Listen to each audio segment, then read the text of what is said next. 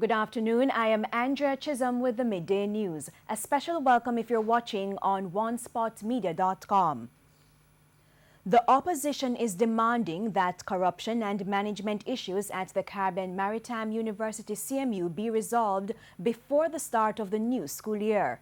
The corruption scandal led to the sacking of former Education Minister Ruel Reid, while the head of the institution, Professor Fritz Pinnock, is on 6 weeks leave.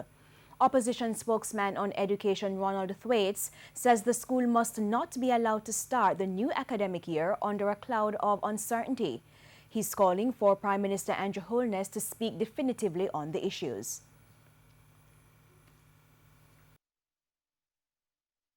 The minister in charge, who is the Prime Minister, who himself has encouraged us all to improve the brand and rescue the brand at CMU, must come out now and state what is going to be the case regarding the tenure of the board, which appears to have been inactive at best in the situation, the status of the principal, and the clearing up of so many issues of waste and or corruption which still hang over the head of the institution. No one else can do it, and it is vital to improve and to maintain the pedigree of CMU.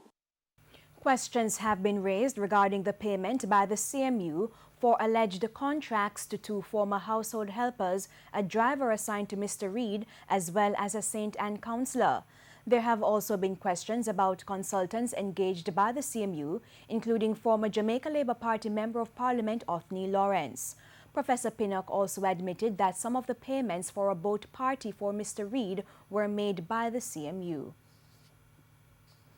The opposition is calling on the government to do much more to improve the education sector, especially for schools in Portland. PNP Vice President Damon Crawford led the charge at a PNP meeting in the parish last evening. TVJ's Shane Masters reports.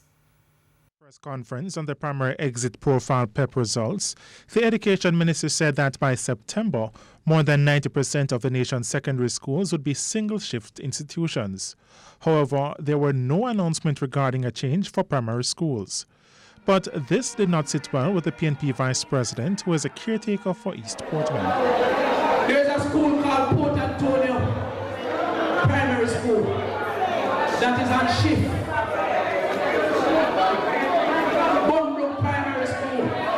That is on shift. It means that a 7-year-old is getting herself ready at 11 o'clock and a 12-year-old is going home by herself at 12 o'clock to be molested by vagrants of this society.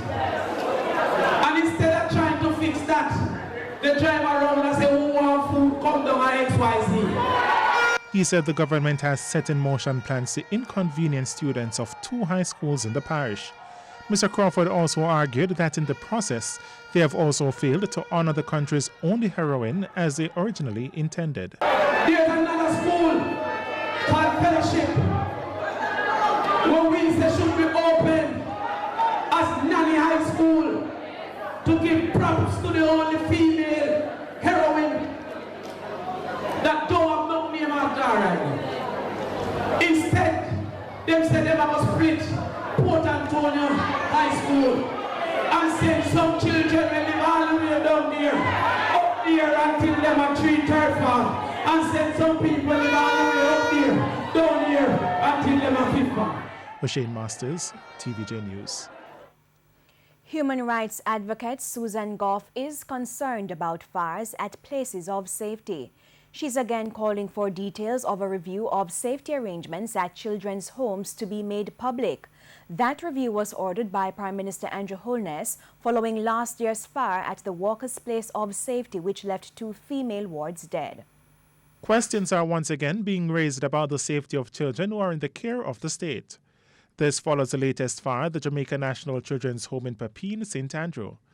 No one was injured in that incident, and the cause of the fire is still unknown. However, human rights advocate Susan Goff argues that this latest incident further underscores systemic problems regarding fire safety at childcare facilities. She says it's necessary that the results of the review be made public. it is necessary that the results of that review, that holistic review, be made public. We need to be assured that all the facilities were inspected. We need to know what the results of those inspections were. We need to know what the recommendations were. And we need to know what implementation has occurred since those recommendations were made. We need to be assured that all facilities that house children are up to the fire code standards. Another issue she once addressed is the matter of licensing of these homes. The CPFSA, following the fire at Walker's Place of Safety, did state that fire inspections and fire safety are a part of the process of the licensing of homes, and we need to know whether, in fact, all the homes and facilities are properly licensed and whether the fire inspections took place and were part of that licensing process. In 2009, 7 young girls died at the Armadale Juvenile Correctional Facility in St. Anne. In 2015, fire destroyed the Wortley Home for Girls on Constant Spring Road in St. Andrew, and 2 years later, the Clifton Boys Home in Darlaston, Westmoreland was also destroyed by fire. O'Shane Masters, TVJ News. And it's time for a break here on the Midday News, but we'll have more stories right after this.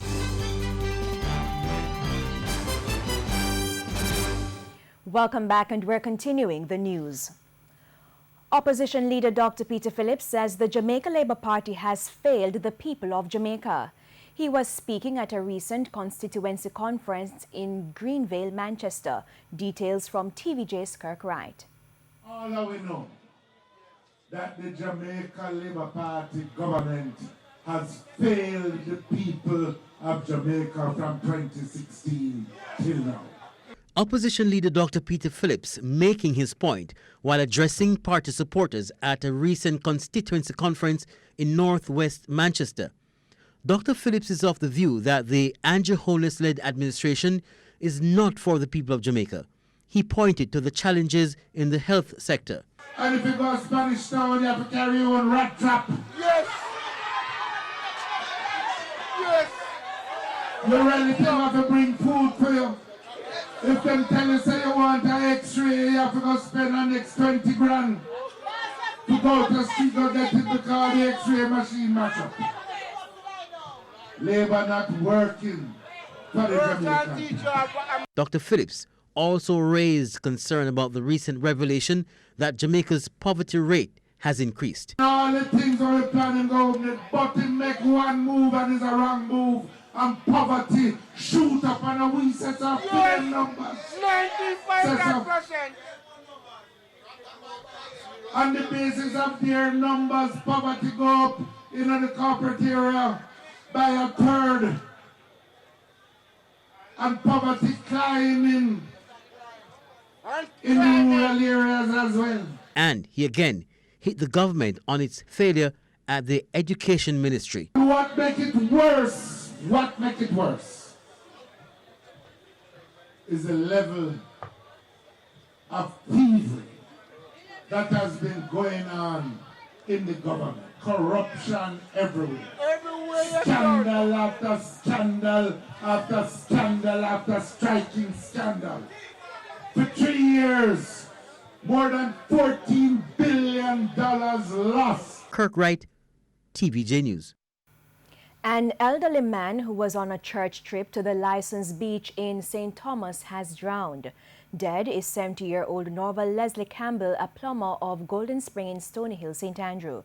It's reported that about 12:30 Saturday afternoon, Campbell was at the beach with his wife and other church members when he got into difficulties while swimming.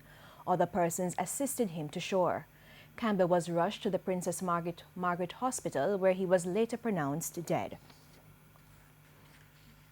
Residents of New Forest in Manchester are this afternoon upset with the incomplete work done on a local road. $15 million was spent to rehabilitate 750 meters of road, but no drainage was built even though it was included in the original budget. The road was completed last month. Residents told TVJ News they will be affected when it rains. Meanwhile, Councillor for the Alligator Pond Division, Dalton Brown, said changes were being made to the original project. Councillor Brown said while money was made available to the contractors for the construction of drains, there is still no sign for what was paid for. And in sports, Reggae Boys and Chelsea defender Michael Hector will be out of competitive action for the next 4 months after failing to secure a move before the transfer deadline last Thursday. The 27-year-old spent last season on loan at Sheffield Wednesday and was named their player of the season. However, Wednesday failed to agree to a deal with Chelsea after the championship club couldn't match his £5 million valuation. Hector was due to join Fulham, but instead, despite being at the club's training ground and about to complete the medical, the deal collapsed due to financial reasons. But Fulham are expected to complete a deal for the Jamaican international at the start of the January window. Hector has not played a single game for Chelsea after being signed in 2015 by former manager Jose Mourinho, spending his entire career out on loan. His last competitive game for Jamaica was the CONCACAF Gold Cup earlier this summer. And that's the Midday News. I'm Andrea Chisholm. Join us at 7 for the Primetime News Package. On behalf of the news, sports and production teams, good afternoon.